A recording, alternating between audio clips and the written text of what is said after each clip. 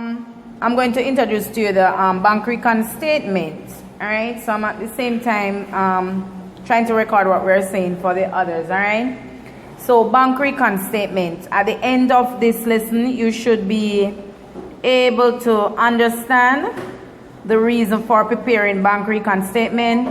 You should be able to reconcile cash book balance with bank statement balance. All right.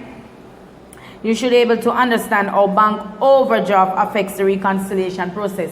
And remember that we speak about overdraft as in meaning it's a liability we owe the bank money because we took too much money out of the bank that we should have. So let's say we have 20,000 and write a check for 30,000. Because of our credibility with the bank, they will allow us to do so. All right. So what you're saying here is that the bank reconciliation statement.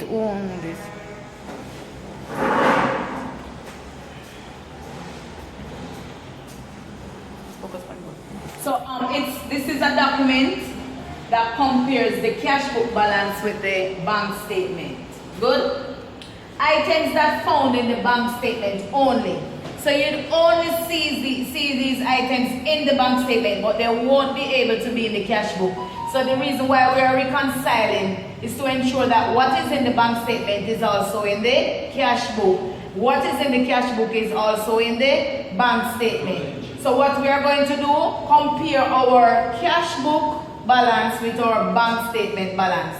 The items that are missing from both, we'll take from one to put into the other. Is that clear? So it's just reconciling, ensuring that both documents have the same exact amount of information. So you'll see the bank charges for one in the bank statement. The reason why you wouldn't see the bank charge in the cash book is because it is done at the bank. And it is after the bank statement is prepared and sent to us, then we will realize that there is a deduction for bank charge. It is called the bank fee. Just like when you have a bank account, the bank withdraw money from your bank account for your fee. That is what the bank charges are, okay? So it is a fee that is paid to the bank by the business, all right? And it is known as payment. Anybody remember when we were doing cash book, we have receipt side and the payment side, right? In this case, we are focusing only on the 2-column cash book, not the 3-column with the discount. We are only focusing on what? 2-column cash book. And we are only thinking about the bank column. Remember, we have cash column and bank column?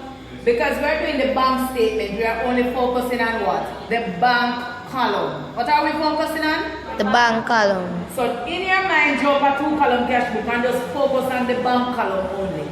So we are now in the bank column. You would not see the bank charge. It's only when you get the bank statement you will realize that it is there. Now we would have to take it from the bank statement and put it where? In the cash book to update it. And that is why bank recon goes hand in hand with updated cash book. Because we are using information from one to update the next. Is that clear? Yes, miss. So again, it is a bank charge. We pay that money. So it will be found where? On the payment side in the updated cash book. Which side is the payment side? The credit side, right? Yes, miss. Good. Standing order. This is where the business gives the bank permission to allow withdrawal from their account. Right? So if the bank is withdrawing money from the business account, it is also a payment. See that? So it will also goes on the payment side of the updated cash book. Are we clear? Yes, miss. Alright. So when we say give permission, it would be in a case wherein, let's say, every month, Marcus Garvey allow Scotia to pay their light bill from their account. See that? Right. So credit transfer now. This is where money is deposited directly into the business. So it is the opposite of standing order. This is where somebody pay money for the business to get.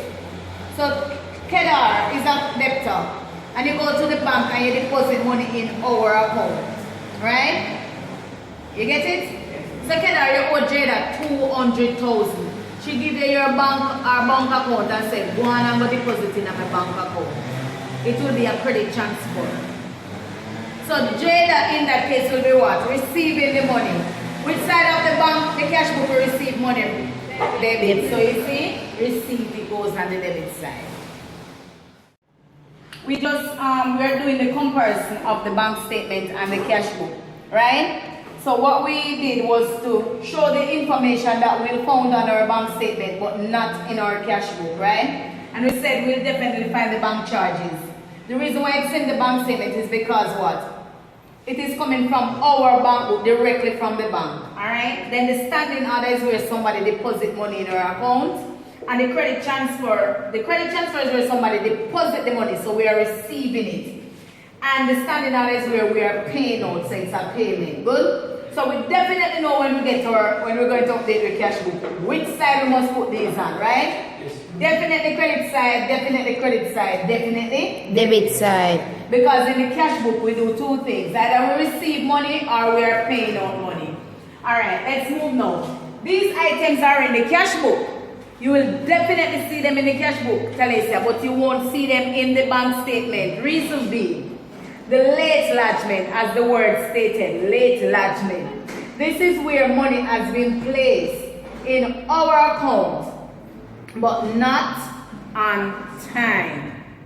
You get that? Yes. So this is it, you have your business, Jada, you balance off. You carry the money in bank. But the time when you reach the bank already closed off that statement. So it wouldn't show on that statement, would it no? No, it would reflect the next day, don't? Yes. So this is the reason why. It is found under receipt side of our cash book. We'll definitely see it, but we are going to say, why is it not in the bank statement? Because when you reach the bank, you went too late. You get it? So that's why it's saying it is what? Late. Lodgement. We lodge it late. So our bank statement closes up when? 12 o'clock. And when you reach the bank, at 1 o'clock or 12:10. Right? You get that one that's away now. Alright, then we have dividends. This is money that we receive. We invest in our business and they are paying our dividends. So when you hear about dividends, our interest paid? Yes, so we're getting our dividends. It is on the receipt side in our cash book now, It is there, but it is not on the bank statement. Good? So we need to put it there, don't? Alright. Then we have this on a check. The same thing that we explained about this on a check. A check which is found to be worth nothing due to a number of reasons. Good? So it's like it's on the payment side. We are what? We are paying out this check but it's worth nothing. Not true? Would it be shown in the bank? And the bank would send it back to you. Remember when we were doing the debt account and we said the check come back to us? And that is the reason why it is not showing on the bank statement. You see that? Alright. And it is a payment. We pay out this check to a customer. But the check bounce. Good. Either the reason of the date is wrong, the amount written is wrong, the signature is wrong, it's not matching up. As I said before, for a number of reasons. Then here we go. We have unpresented check. These are checks paid out by the business. We are making the payment, which have not yet been presented. Does it sound similar to late lodgement? Yes. We received money here, but it lodged late. We paid out money here, but it not reached the bank on time. So it is showing as unpresented. You get it? Yes. So we write the check to Moisha. We write the check today, the 17th of November. Moisha did not cash that check until December. That means our bank statement for November would not reflect this check because Moisha still have the check in her possession, did not carry to the bank. So the money where we pay to our bank account, it wouldn't be showing, don't? No. And that is the reason why we have the difference between the what? The cash book and the bank statement. Now we are going to have to fix those two statements. How do we fix the cash book? We update it with the information that is missing, which will be these, right? Yes. How do we fix the bank recon? We update. We do a reconciliation statement with this information that is not on the statement. Isn't that good?